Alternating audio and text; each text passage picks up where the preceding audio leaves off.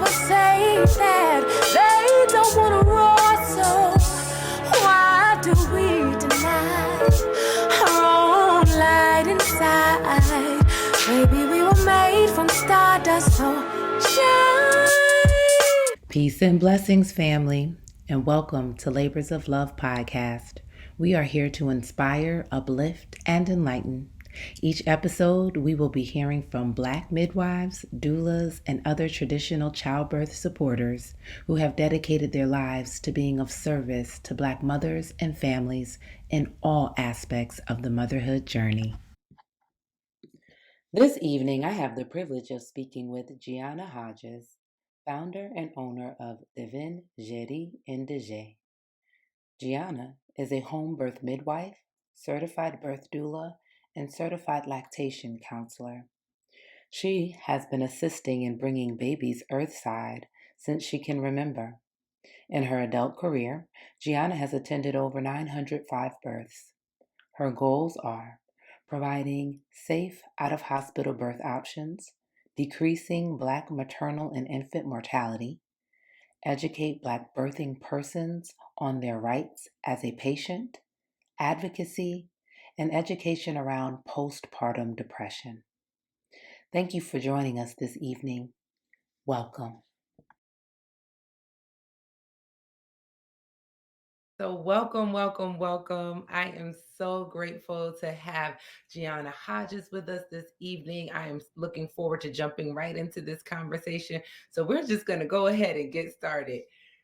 Prior to your first experience, whether it's your own personal experience or in birth work, what was your understanding of this whole process of conception, labor, delivery, the experience? So I come from a kind of a unique background. Okay. So the first time I witnessed a baby being born, I was about 4 or 5 years old. Okay. So I was my grandmother's midwife assistant, and I got to hand her the things. I got to watch her do the things. Wow. And so from the ages of 4 to 10, I was her midwife assistant. And mostly because she saw in me a midwife. My grandmother was a priestess, and so having a concept of conception and birth, it wasn't really that. I don't think it was more like the concept of people come earthside, and women are portals to bring people earthside. And to be honest, I was about 10 years old before I ever even heard anyone say they were going to a hospital to have a baby. Wow. And I didn't know that babies were born in the hospital. And I was about 16 years old before I ever saw a baby given formula. I said to my mother, "What is that? It stinks." And my mother explained formula. My mother, there are 9 of us, and we were all born in hospitals, but my mother never gave any of us formula. So I had no way to know that babies were fed that way. Mm-hmm, mm-hmm. In my adult career, I actually went to college to be a sports medicine doctor.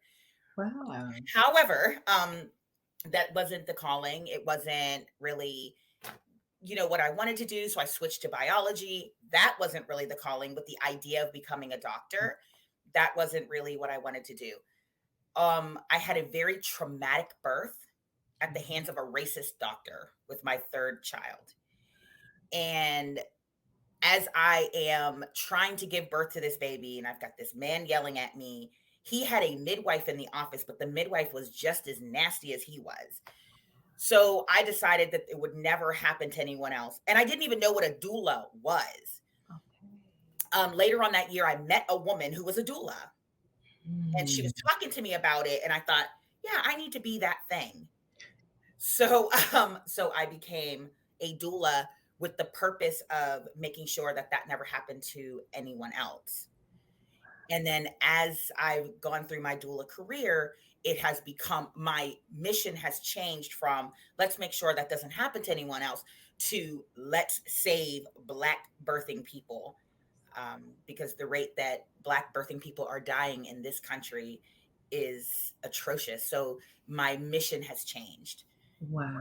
So I know you asked the question. I can't really answer it that way just because I had no concept of birth except for there is a portal that people come through. And my grandmother, it's interesting, at transition of labor happens around 7 to 7.5 centimeters. And that's when labor is at its worst. It won't hurt more, but the contractions last longer and they're closer together. And at that point is when, and that's when the woman gets very, very quiet and goes within. And it was at that point that my grandmother used to say, that's when her soul leaves her body to go collect the soul of her baby. And my grandmother would always say, be very quiet. Don't ask her too many questions. She's collecting the soul. And so I view birth that way. We get to that transition. It's time for everyone to be quiet and allow that person to collect the soul of their baby with no interruptions. So my idea of birth is completely spiritual, not medical at all. Oh my God. So I just got chills basically throughout this whole half of the discussion, because that is such a powerful, just the language that you used was so powerful about being a portal to bring life earthside and collecting souls, and just really having a conscious awareness of, like, I played back the moments that you speak of, like in that transition when you do have to pull on something so sacred within you to be able to continue to push through to do this work. And just to be able to have those experiences from the age of 4 to witness that, and to be in that energy, because I can imagine everyone in that space is impacted by this transitional energy that's going on. But to be able to have those, I feel like I haven't had hospital birth, so I don't know. Maybe you can shed light on that. But I absolutely connect with that from a home birth experience, because it was a sacred space that was created. I didn't have like people coming in and out or the lights, or it was definitely cultivated to be a certain way. Do you find that there's a difference in a hospital setting when that same transitional 7 to 8 centimeters dilated, is that the same in that environment? No. So I think that it is the same in what is happening, but it's so interrupted. And even if you ask the hospital staff to just allow that person to be, they don't. They want to come in, they want to check, they want to do blood pressures, you're strapped to a monitor, you're really never left alone. So there is a huge difference we try to create space. And in the hospital, I go in as a doula, and we try to create space, but it's definitely not the same. So I do births at home as a midwife. I do births in the birth center as a doula, and then I work for a major health system as a doula. And there are so many differences. When people ask me about home birth and they say, well, how do you prevent? So everybody wants to know, how do we prevent tearing? Well, we prevent tearing by not forcing, pushing, allowing the baby to stretch the perineum, allowing time. That's how we prevent, and no one's laying on their back. So that's how we prevent tearing. The other question I get is, how do we prevent these fetal heart rates that indicate that the baby is in distress? A lot of it is positional. To get a cord compression, sometimes the baby has the cord in their hand. Sometimes the cord is trapped, behind by a shoulder. And you can see those things leading up to labor, because you're going to get some really strange fetal heart tones leading up to labor. But when you get the weird fetal heart tones in labor, it indicates sometimes that the cord is compressed. But if you get mom off of her back, then that alleviates. And even in the hospital, if you've ever seen a hospital birth, if we start to see what's called variables, they're the V-shaped upside down or the right side up V shapes on the fetal monitoring. The first thing they do is snatch the mom off her back and onto hands and knees. That right there tells you that it's positional. And so one of my questions is always, how often is the baby actually in distress, or is it just there needs to be another position. Laboring on your back isn't even evidence-based. Pushing on your back isn't evidence-based. So in the hospital, I find that there are so many interventions. Now, I'm not saying that no one should ever go to the hospital. There are circumstances where the best place to be is the hospital. Right. But I always wonder how much cesareans, how many things are we seeing that really are unnecessary because mom's on her back? What are we seeing? What is the issue? Interventions are the issue. Not allowing movement is the issue. You've got to allow space. You've got to allow movement. And I have this big concern with, let's break your water at 3 centimeters. Why? Because the baby's not engaged in the pelvis. So now you've created a situation where the cord's going to slip down. So let's break your water at 3 centimeters, but we're not going to tell you that you're going to have to now be in bed on your back because we're afraid that the cord will slip down. And we're not going to tell you that now you have 24 hours to deliver this baby because we're afraid of infection. We're not going to tell you any of these things. What we're going to tell you is, let's break your water because it'll make labor go faster. When you're, in the early stage of labor, it actually doesn't make labor go faster. It does in the later stages. Oh my gosh. So education is so powerful and empowering, and it's these conversations and this understanding that isn't common knowledge. And it should be, because all of this is so much a part of this process. Like, I feel like there are certain things that if we have on board before we even consider conceiving, then we can prepare ourselves so that we're not high risk, so that, home births are option, like are the option, and we're not, filled with all of the stress of the unknown, because there are certain things that it seems like it's just the flow of this natural process that we experience. And it's not until it's interrupted or there's something that is out of balance that really is cause for concern. Because what you just explained, I 3 children in, and I still, I don't have that level of knowledge about why these interventions take place and how it gets that this is, such a high statistic that boom, boom, boom, this is how things start. And you think, like, if somebody does the sweep and causes the water to break, like, that's just natural. Like, I hear birth stories all the time and like that. Yeah, so they swept we don't question it. Right. And and you're right about the intervention starting in pregnancy, because what I see sometimes, and this is of course not in every case, but sometimes, depending on what we look like, our BMIs are going to be higher because of how we're. And then I've seen doctors say, well, you're Black and you're this age, so the chances of you developing preeclampsia are higher, which is not true. And so what they start to do is develop this situation where they're in control, and at the end they can say, let's deliver you early. Right. But we know that if you attempt to induce a cervix that is not ready, then the likelihood of having a cesarean goes up.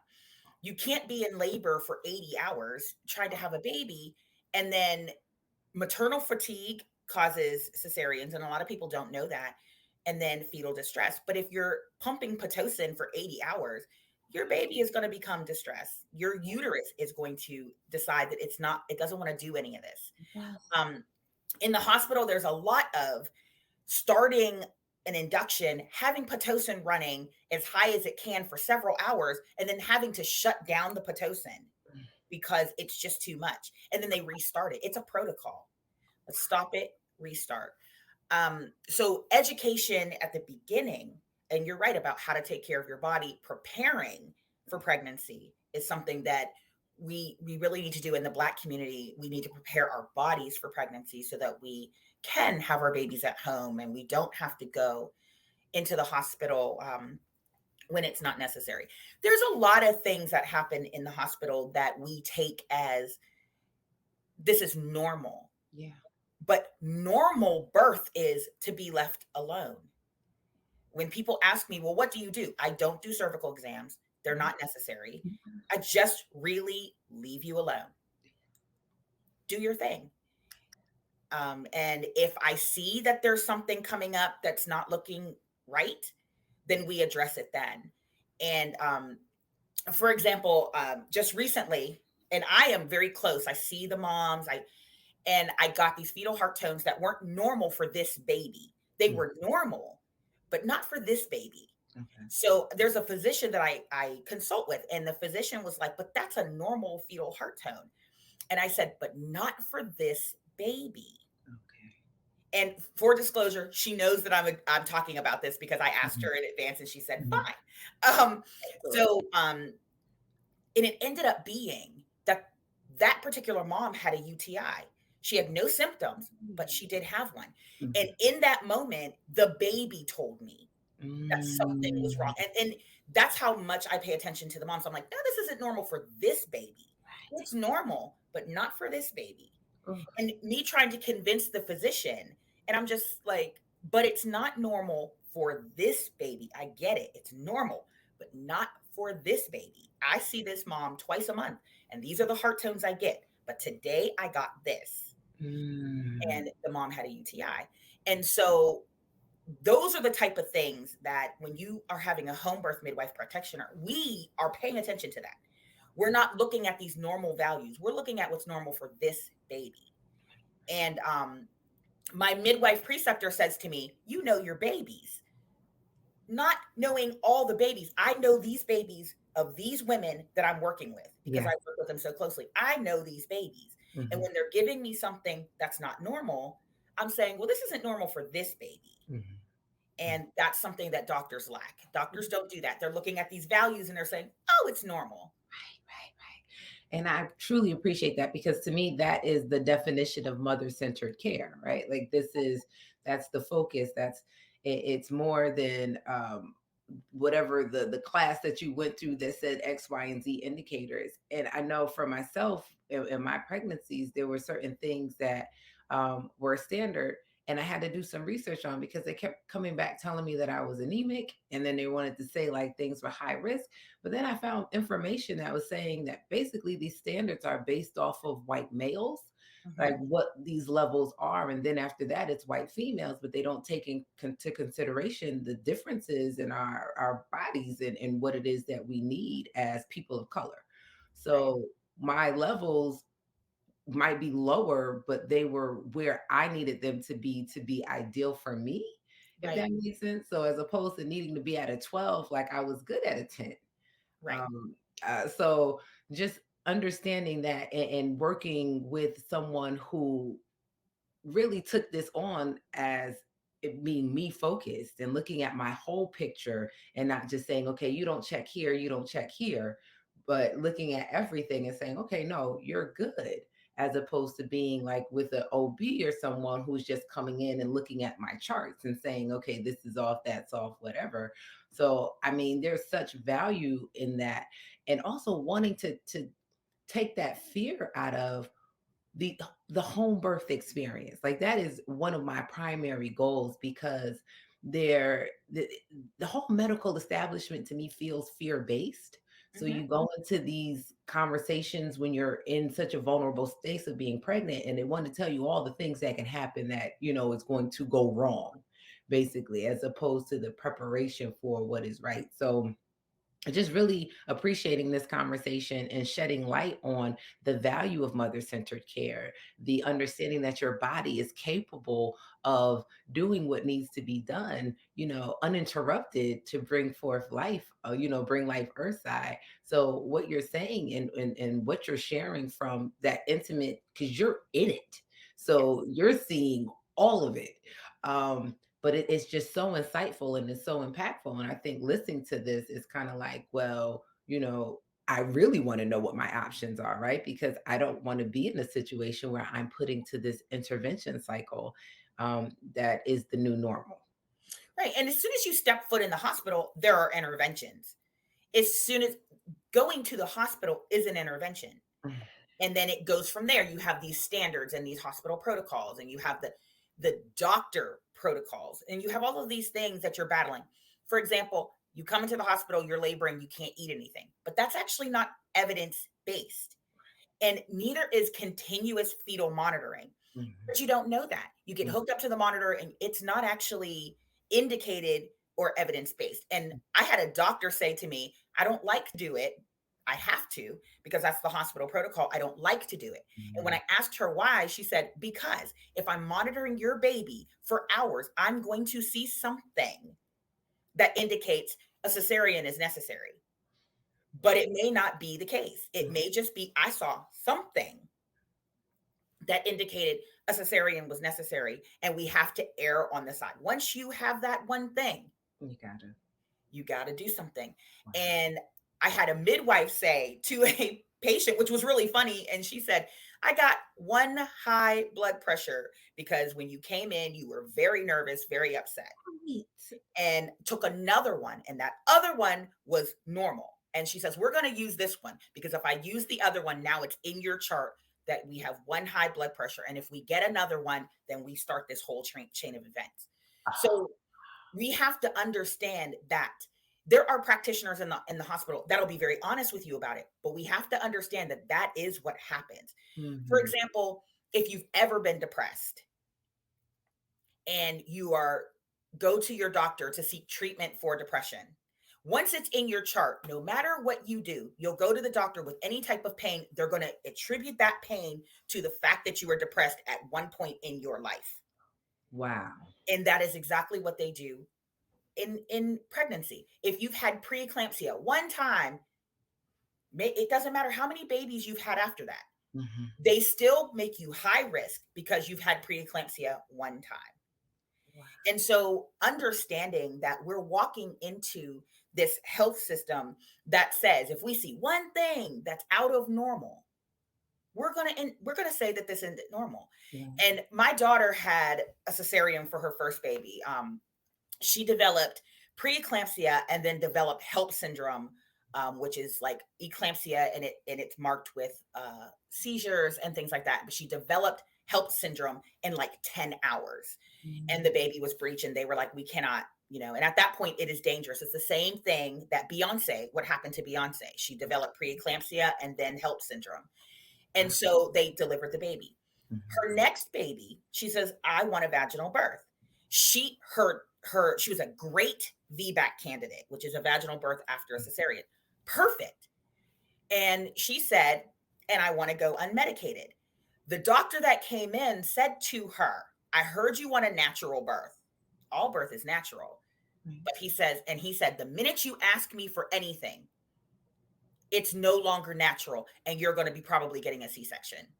Never even considered that the only reason she had a C-section the first time is because the baby was breech. Never considered anything. That's exactly what he said to her. And she's like, well, and when she asked for an epidural, he was like, it's no longer natural. And it just so happened she got the epidural, her water broke, and baby was born. So, and then after that, she had another baby in the hospital, unmedicated. And then after that, she said, I'm having this next baby at home. And when she had said it, they were like, oh, you had a C-section before. You can't have a baby at home. And she's just like, yeah, well, I'm not coming here. So when noticing, like the doctor never even, he wrote her off. The minute he literally looked at her and said, the minute you ask for anything, this is no longer natural. And that happens so often. They're not listening. I've been in the labor room where nurses are telling moms, you don't have to push. You don't have to push. And the mom is like, yeah, something's coming out of me. No, it's not.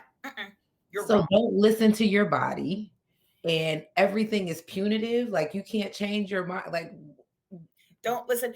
You're taught. Don't listen. Because the minute you start to go to the OB, it's like, I know more than you. Right. I know more than you. I know more. And you're learning, you're afraid. Okay, if I do, but in my style of teaching, even this is why I love classes, but I still say, yeah, great, take the classes. And I want you to pay attention to you. Yes. Pay attention to yourself. People ask me how I know if babies, I call them wonky babies. They get themselves in these weird positions trying to come through the pelvis. And people always ask me, how do you know? I think it's ancestral, but sometimes just watching how the mom is moving around. And I'm like, I think that baby's in a weird position. And I freaked the doctors out at the hospital because they're like, how did you know that? I'm like, did you pay attention to what the mom was doing? And even in a home birth setting, paying attention to what the mom is doing. Do what you want to do. I can see if something's going on based on what you're doing. Mm. You know, I got a mom who's lunging all the time to one side. That baby's hung up on that side. Okay. So we do some other movements to get the baby in optimal position. I flipped my daughter upside down, and there are pictures. So one of the doctors was like, why did you do that? I'm like, because that baby was not down in the pelvis and the baby was OP, depending, like OP means facing the front. Okay. It was like how I was getting the heart tones. And I'm like, we had to get the baby in the pelvis. So we flipped her upside down, stood her up, and during a contraction, lifted her stomach. After the contraction, dropped her stomach down, and that put baby right in. And then here comes the contractions back to back. And here comes the baby an hour later.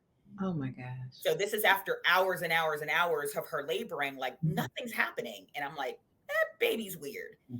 So one of the things is, and I said that to say, one thing we have to teach moms is to listen. Listen to your body. Let your body tell you. If you are in your space doing your own thing, your baby will communicate to you. I had a mom once, we're laboring great. And all of a sudden she gets out of the tub and says, can't have this baby here. And we were at the midwife center, at the birthing center. And I said, no, you're 7 centimeters. You're having this baby here. And she's like, no, I cannot have this baby here. And I'm like, but you already had a baby here. We're good. Like, what's... And she grabbed a hold of me and she says, listen to me. I'm not having this. I got to go to the hospital.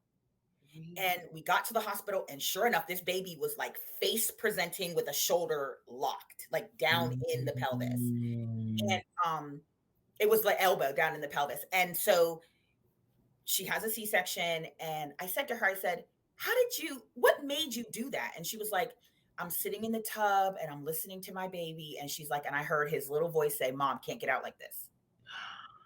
And she's like, as soon as I heard it, that's when she jumped out of the tub, all 5'11" of her.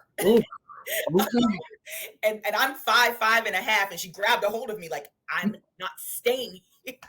So in that situation, even the midwife that was there was saying, no, you're 7 centimeters. Let's go. You're fine. Everything's fine. And she's like, no. Wow. And so I've seen so many situations where mom says, hey, something's wrong. And we have to listen. And in the situations where the doctors, midwives listened, great outcomes. Yeah. Situations where they didn't listen, not so great outcomes.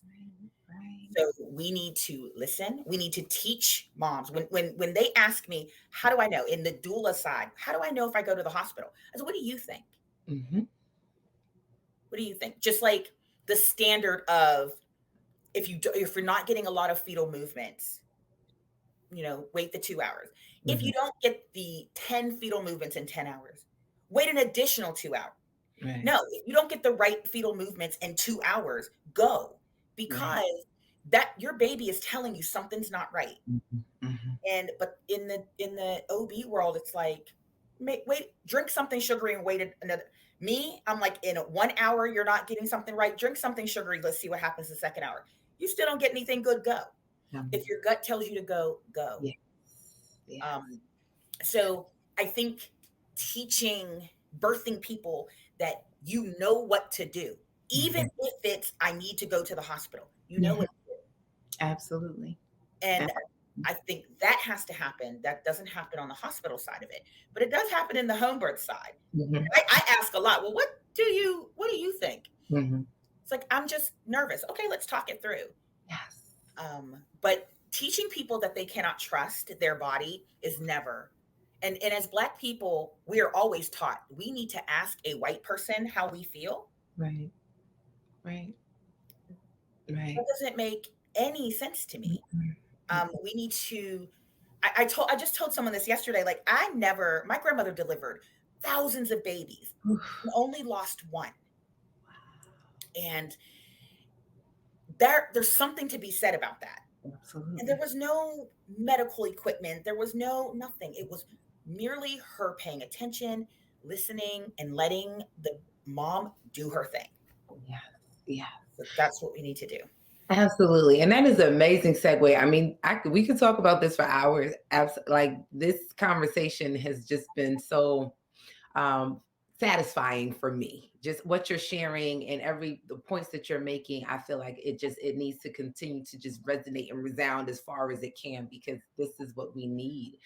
But I wanted to definitely touch on the work that you're doing and how, from a advocacy standpoint, how can we support this movement to get this kind of support to be commonplace for us? So can you speak to some of what you're doing in the Pittsburgh area? Yes. So my company is called Divin Geri Endijén. It is Haitian Creole in homage to my grandmother. And what we're doing there, we have incorporated Reiki into our practice. And the reason we've done that is we know as Black people, we have been traumatized from the beginning of when they snatched us and brought us here. Mm. And trauma changes the DNA. And now we are predisposed to illnesses and even including mental illnesses that did not exist for us pre-slavery. So we added in Reiki. Avi Karp is our Reiki master. We added in Reiki so that we could lift that trauma bond out of the mom in pregnancy and then postpartum, and then lift that trauma bond out of the baby. So now that baby is no longer predisposed. So now our babies are being born whole, as opposed to having these like halfway born, like, all of us were, and being traumatized. So in the Pittsburgh area, I'm the only Black home birth midwife, and I am providing safe space. I'm actually a part of the the National Perinatal Task Force. I am a safe spot provider, and I am safe for moms to come. And how we are doing it here is that we are really, it is all patient centered. My entire team is Black, but we are entirely patient centered. What we do is ask them what they need from us. These are the services we provide. Do you need anything additional? What do you need? And we allow them. When I go to a prenatal exam, when I get a new mom, I leave one of my Dopplers with her and teach her how to find her baby and teach her how to listen. And then I tell her, if you're listening, you hear something that's not right, call me.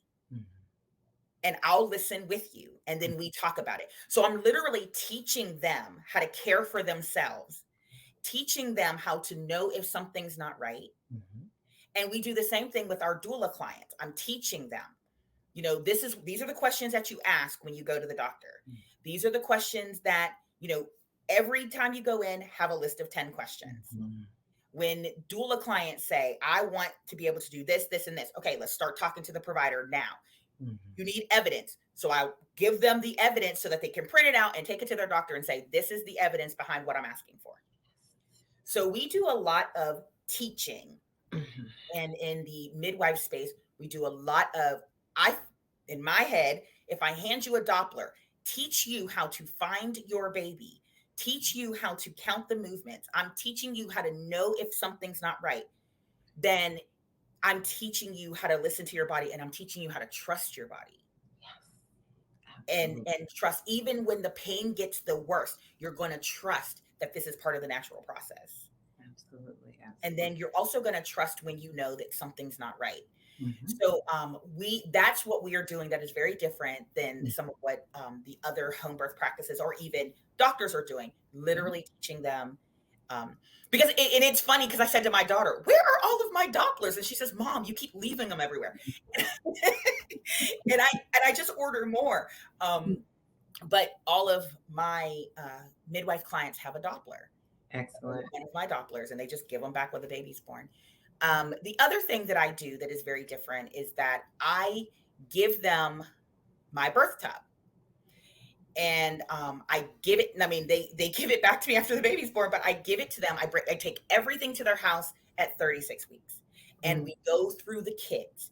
We go through they can put up the tub, see where it's going to be, visualize everything. And I give them everything in the kit and I teach them what everything is, just in case baby is born before I get there.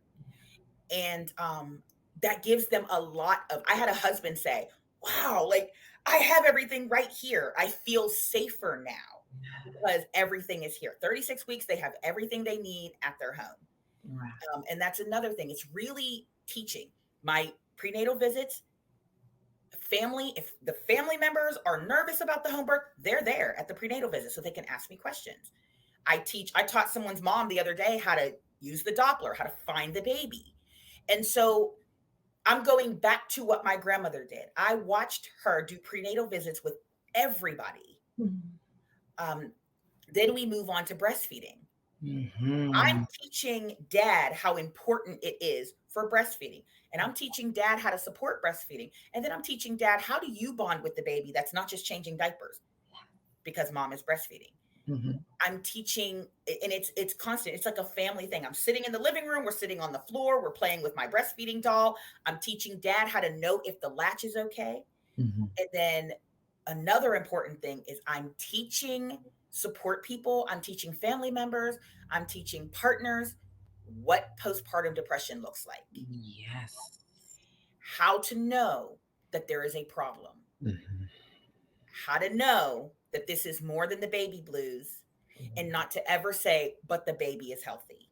Right. So that's the other thing that we are doing is I'm teaching them. And they're saying things like, I never even knew that could happen. I had a dad say to me, what is pregnancy brain? Like that's a thing. And I was like, oh yeah, it's a thing. Absolutely. And then as I'm sitting in the living room explaining to him, and he's like, oh, okay. Because I thought it was just something people made up. But being able to explain to him what it is, what you're seeing. So I'm doing the same thing with postpartum depression, where it's like, these are the things that indicate, and then here is postpartum OCD. These are the things that indicate this. Here is postpartum psychosis. This is what you need to do. And then teaching the men also, you can also have postpartum depression. A man can. Yeah. It's not hormonal, it's different. And this is what it looks like in you. And you can always reach out to me to get help. We can talk it through. I can help you find counseling. So those are the other things that we're doing. The postpartum piece of, you just had a baby, now what? Yes.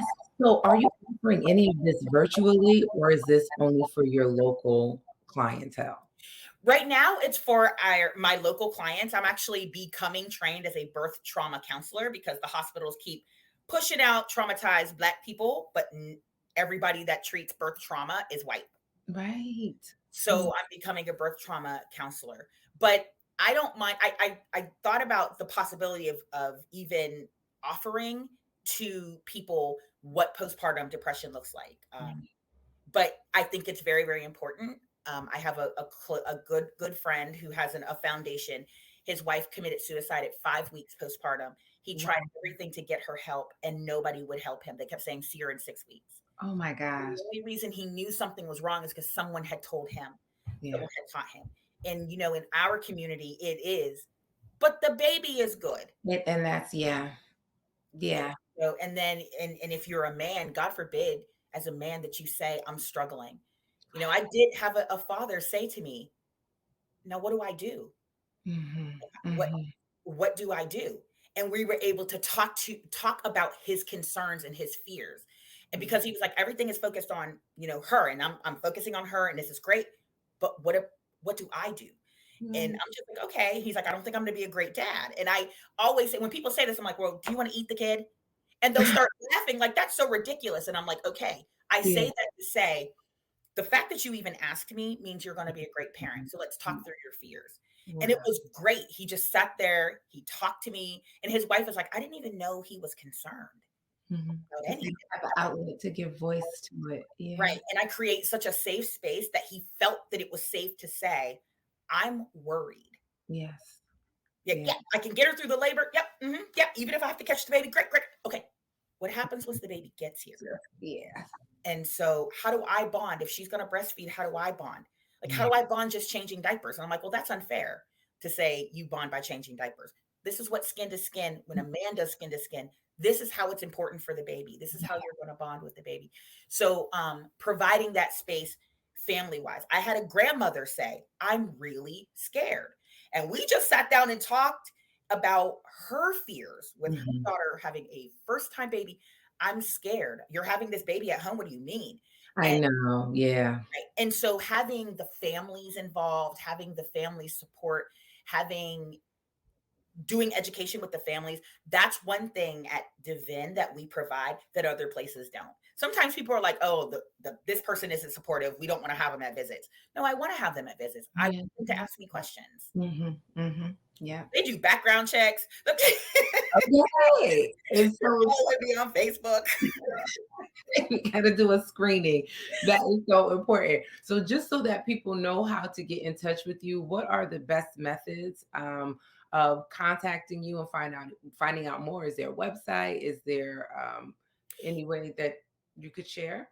The best way to contact me now, I'm redoing the website. The Okay. best way to contact me would be through our Divin Geri Endijén Facebook page. Okay. And you can go on, you can leave me a message. That will connect you to the existing website and then fill out the contact form. And we do provide virtual doula support in other cities. And I am also training doulas, and some of them, we have some from other cities. Excellent. I'm training doulas to doula the way I do, not necessarily they don't doula in their way too, but to provide care that is all patient centered. Absolutely. And eventually at some point I'll be a traveling midwife, but that is the best way to reach me. I'm also a certified lactation counselor, so I do provide virtual lactation support as well. Excellent, excellent. Well, this has just been a wealth of information. I am so grateful for everything that you shared on this platform.